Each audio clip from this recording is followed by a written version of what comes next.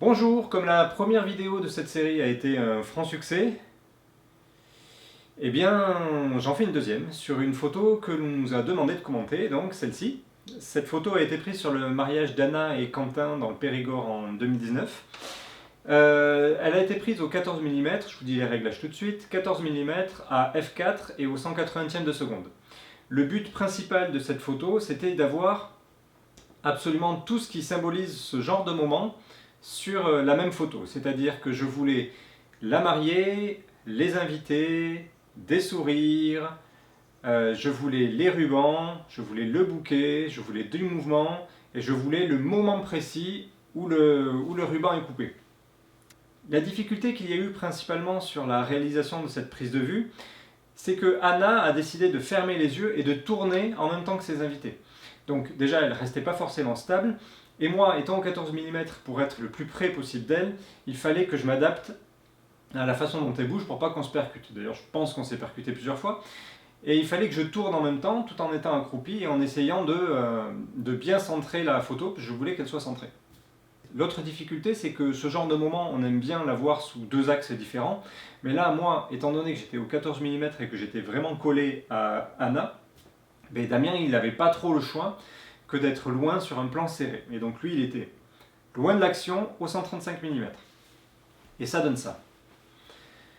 Sur une séquence comme ça, qui a duré 3 minutes, j'ai pris 170 photos. C'est-à-dire que je travaille en rafale, de manière à avoir vraiment le moment pile que je veux.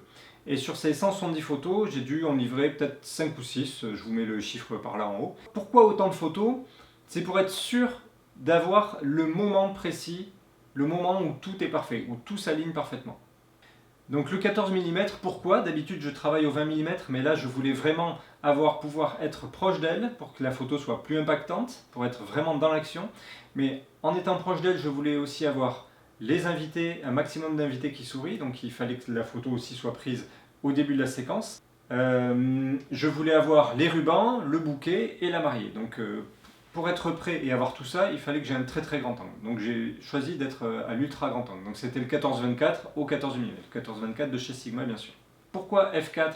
Même si au 14 mm j'ai forcément beaucoup plus de profondeur de champ, étant donné la configuration de l'action, étant donné que je devais bouger aussi, que parfois je devais m'éloigner pour pas que Anna trébuche sur moi, eh bien j'ai préféré assurer le coup en ayant un petit peu plus de profondeur de champ.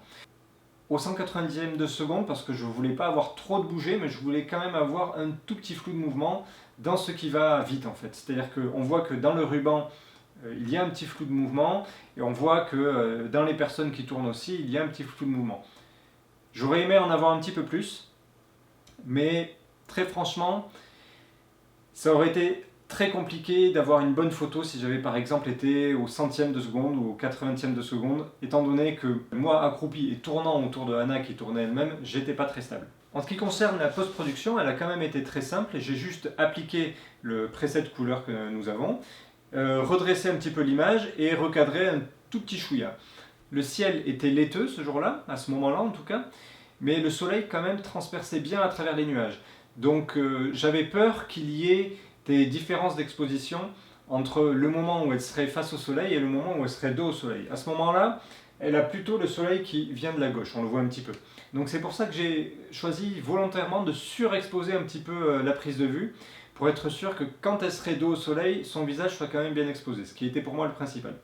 Donc pour la post-prod, il y a eu du recadrage, j'ai baissé l'expo de 2/3 de diaph, j'ai également appliqué un tout petit peu de tampon sur les bras, et j'ai baissé les hautes lumières pour avoir un petit peu plus de matière dans le ciel, qui de toute façon n'avait pas beaucoup de matière. Donc c'est juste à l'horizon que j'ai récupéré un petit peu de matière.